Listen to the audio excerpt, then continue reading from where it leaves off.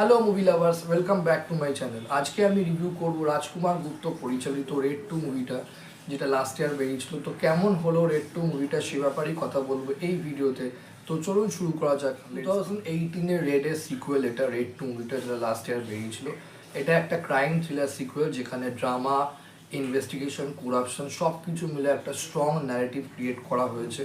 তো আমার পার্টনার ফিরে এসছে আবার একজন ফিয়ারলেস ইনকাম ট্যাক্স অফিসার, যেটা অজয় দেবগন প্লে করছে। তো অজয় দেবগন মানে ক্যারেক্টার নাম হচ্ছে আমার পাটনায়, যে এখানে 75তম রেড করতে চলেছে।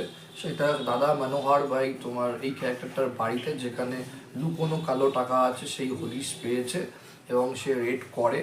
আর রেড করার পর তোমার সেই লুকোনো টাকা, যেটা তোমার ব্ল্যাক মানি, কালো টাকা যেটাকে বলে, হৃদয় দেশমুখ যে ক্যারেক্টার পাঠ করে দাদা মনোহর ভাই, সেখান থেকে উদ্ধার করতে পারবে কি পারবে না সেই নিয়েই হচ্ছে গল্প রেড 2 সিনেমাটা। তো এখানে একদম নতুন জায়গা, মধ্যপ্রদেশের তোমার একটা জায়গা দেখানো হয়েছে বলবো, মানে ছোট একটা গ্রামই বলা যেতে পারে বলবো।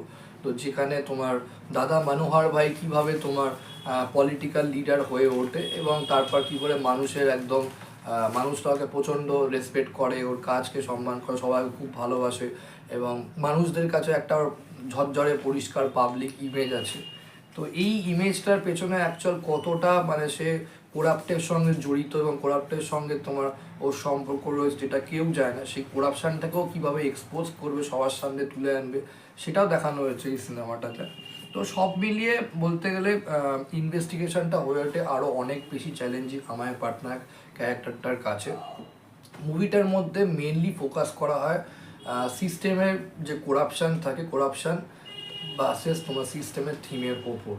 এবং স্ট্রং পয়েন্ট যেগুলো আমার লেগেছে, অজয় দেবগানের ক্যারেক্টারটা কাম, মানে খুব মাথা ঠান্ডা এবং ইন্টেন্স, এবং পুরো character through out the film একটা স্ট্রং ভাইব মেনটেন করে। ইনভেস্টিগেশন সিনসগুলো খুবই রিয়েলিস্টিক ফিল দিয়েছে বলবো। মাস অডিয়েন্সের জন্য কিছু ডায়ালগ ভালো এবং কিছু ইম্প্যাক্টফুল মোমেন্ট আছে। যারা এমনি ক্রাইম থ্রিলার পছন্দ করে তাদের জন্য আমি বলবো বেশ ভালো লাগছে সিনেমাটা। সিরিয়াস ক্রাইম এটা একটা থ্রিলার না হলেও একটা এন্টারটেনিং ক্রাইম থ্রিলার তো বটে, অন্তত আমার কাছে আমি মনে করি। যারা দেখুন তাদেরকে আমি সাজেস্ট করবো দেখার জন্য। মুভিটা দেখতে খারাপ লাগবে না, যথেষ্ট এন্টারটেনিং আছে। এবার যেগুলো উইক পয়েন্ট যেটা আমার লেগেছে, সেটা হচ্ছে এই মুভিটার যে স্টোরি স্ট্রাকচারটা বা যেভাবে গল্পটা দেখানো হয়, যেভাবে গল্পটা আস্তে আস্তে এগোয়, সেটা অনেকটাই 2018-এর রেড সিনেমাটার মতন। যেহেতু রেডের সিকুয়েল এটা, তো সেই সিকুয়েল যখন বানানো হয় তখন ডিরেক্টর মাথায় রাখেই বলবো যে যেরকমভাবে আমরা ফার্স্ট পার্টটা করেছি সেটা যেহেতু ভালো হিট হয়েছে, বক্স অফিসে ভালো রেসপন্স এসছে, তো আমাকে সেই রকমভাবেই মুভিটা যেভাবে ওখানে শেষ হয়েছে ঠিক সেরকমভাবে তারপর থেকে শুরু করতে হবে। ওখানে যেরকম ট্রিটমেন্ট আছে এখানেও সেই একই ট্রিটমেন্ট হতে হবে। একজন যাবে, একজন তোমার অফিসার, ইনকাম ট্যাক্স অফিসার, সে টাকাটা তোমার ওখান থেকে উদ্ধার করার চেষ্টা করছে, যা যা তোমার এবার লোকজনদের কাছে জানার চেষ্টা করছে তার ইমেজটা কীরকম, পাবলিক ইমেজ একদম ঋতু দেশমুখের দাদা মনোহর বা পরিষ্কার ইমেজ। তো একদম মানে প্রথম ফার্স্ট হাফের দিকটা মনে হবে যে একদম রেড সিনেমাটাই তুমি দেখছো, সেকেন্ড হাফ থেকে মুভিটা মনে হয় একটু ডিফারেন্ট হয় এবং মনে হয় তুমি রেড 2 দেখছো। ঋতু দেশমুখ পেসিংটা মুভির যেটা আছে সেটা একটু স্লো লাগতে পারে। ঋতু দেশমুখের ক্যারেক্টারটা আমি বলবো ঋতু দেশমুখ ভালো অভিনয় করেছে, বাট ক্যারেক্টারটাকে খুবই উইক দেখানো হয়েছে।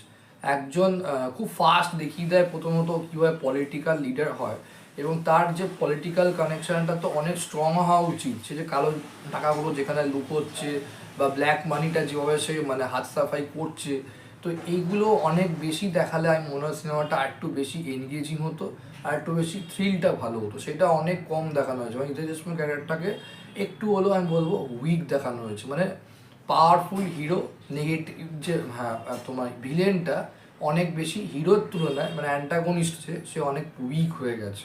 তো যেটা সৌরভ শুক্লার মানে দেখাচ্ছিল হেভি বুদ্ধিও আছে যাকে, তাও সে ধরে ফেলে, ওর বাড়িতেই টাকাটা উদ্ধার করে ফেলে। এখানে দেখিয়েছে ভালো যে টাকাটা বাড়ি থেকে উদ্ধার করে না, নানান জায়গায় মিস্টেরিয়াস জায়গায় যেটা স্বপ্ন মানুষ ভাবতে পারে সেখানে টাকাটা সে লুকিয়ে রেখেছে, ব্যাগ টাকাটা।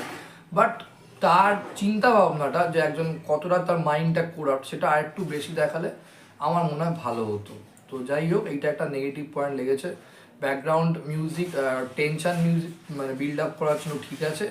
গান সেরকম একটাও বলো না, মনে রাখাটা মানে মেমোরেবল গান একদমই না। খালি ওই তামান্নার ডান্সের সিকোয়েন্সের যেটা সেটা হট করে চলে আসে, পুরো বেকার বলবো। কিন্তু দেখ গানটা নাচা সংটা খারাপ না, আর তামান্না নাচ ভালো, এক্সপ্রেশন ভালো, দেখতে ভালো লাগে, দ্যাটস ইট।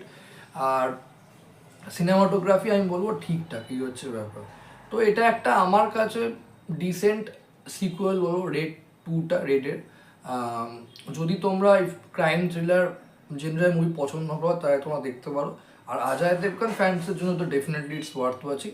বাট আমি বলবো এই এই জিনিসগুলো পয়েন্টগুলো যদি আর একটু স্ট্রং হতো তাহলে সিনেমাটা কিন্তু ভালো হতো। কারণ স্টোরি স্ট্রাকচারটা রেডের মতন হয়েছে ঠিকই, কিন্তু কিছু কিছু এলিমেন্ট ছিল মুভিটা যেটা কিন্তু বেশ ভালো, যেটা দেখতে ভালো লাগে, মানে একটা সিকুয়েল হওয়ার মতন এনগেজিং ব্যাপার কিছু এলিমেন্ট ছিল।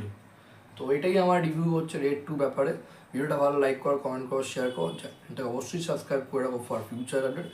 আর যদি সিনেমাটা তোমরা না দেখে থাকো তো আমি বলবো তোমার টিভিতে জি সিনেমায় তোমার সবসময় সিনেমাটা দিচ্ছে, তো ওখান থেকে দেখে নিতে পারো। আর তোমাদের কেমন লেগেছে আমি কমেন্ট বক্সে অবশ্যই লিখে জানাতে পারো। Thank you.